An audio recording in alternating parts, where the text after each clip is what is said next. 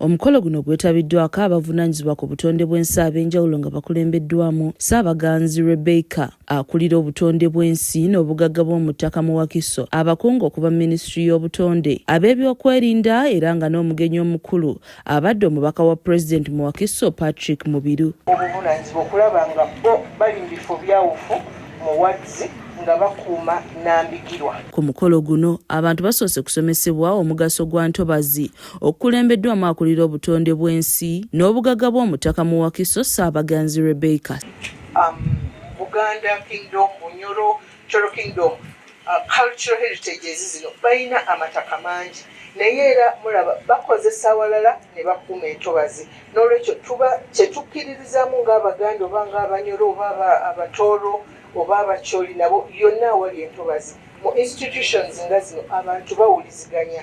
N'olwekyo mu mulamwa gw'olwaleero twagala okwezzaamu amaanyi tube nga okuyita mu bubondongo obwo obw'obuwangwa bwaffe era tukuuma entobazi. Ssaabaganzi alaze obunnyamivu olw'abantu abasaanyaawo entobazi nga bazimbamu amakolero n'amayumba kyokka wabula ng'ono abalabudde nti kye bakola kikyamu ng'obudde bwonna amazzi gajja kubanjalira gwonoone bye bakoleredde. Gavumenti etuyambe mu buli kimu kuba gavumenti eyinza obutatuuka wonna weewaawo egezaako naye nga tulina okwenyigiramu ffenna buli omu w'oli omanye nti amazzi wonna w'oli geetooloolera mu ntobazi kabuyonjo agakira wansi ge tunywa toyireeti byonna ne byetabula so bwe tukola ebikyamu wano biba bigenda mu maaso. Omuwandiisi w'akakiiko k'obutonde bw'ensi mu disitulikiti y'e Wakiso Namuddu Kate ayogedde ku ngeri obutonde bw'ensi gye busaanawo kyokka nga ababusaanyaawo bakozesa mmundu ate amaanyi. Minisitule n'egamalira ku balimayo obulimi. Tubadde tulaba abantu baffe bano abalima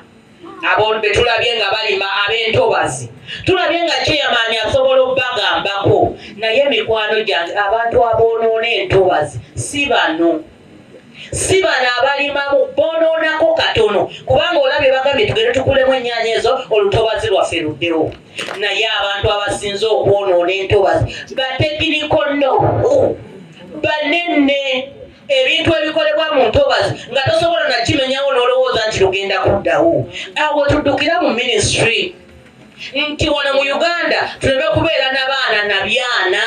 Ssentebe Bwanika mu kwogera kwe aliko ebifo by'entobazi byanokoddeyo ebirimu amakolero kyokka nga minisitule yeefuula etabimanyi. Mwajja ne mugoba abantu ng'omukyala bw'abagambye naye bwe munaate mugobyeko obujja mu Lubigi simulina kye mugenda tugamba.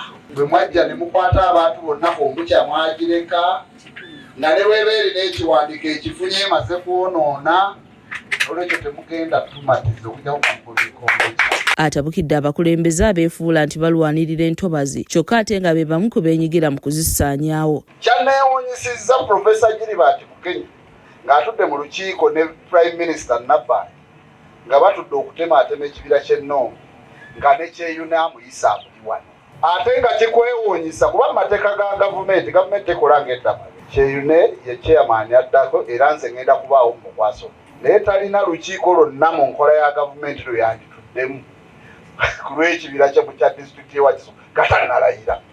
Akabonero akalagidde ddala ekkobaane nti abantu bali awo balinga miyaayo balinze kuwakula. Omubaka wa Pulezidenti mu Wakiso Mubiru Patrick nga yabadde omugenyi omukulu ku mukolo guno asabye Bannayuganda bonna okukolera awamu okulaba nga balwanyisa abo abeefubiridde okusaanyaawo obutonde. Nti obutonde bw'ensi buno tulina kukwasiza wamu gwe omuntu ali ku ground oba omuntu ddala asookerwako okutuukira ddala ku bano abakwasisa oba enforcers okulaba nti tumalawo obumenyi bw'amateeka abantu okuba nti baziika entobazi, okulaba nti abantu balima mu ntobazi, okulaba nti bazikozesa bubi, okulaba nti bazikaza. Olunaku lw'entobazi lujaguzibwa mu disitulikiti eno buli mwaka n'ekigendererwa eky'okujjukiza abantu obukulu n'omugaso gw'entobazi. Neus Chomhendo yakusakidde emboozi eno ku lwa KSTV Agaleero.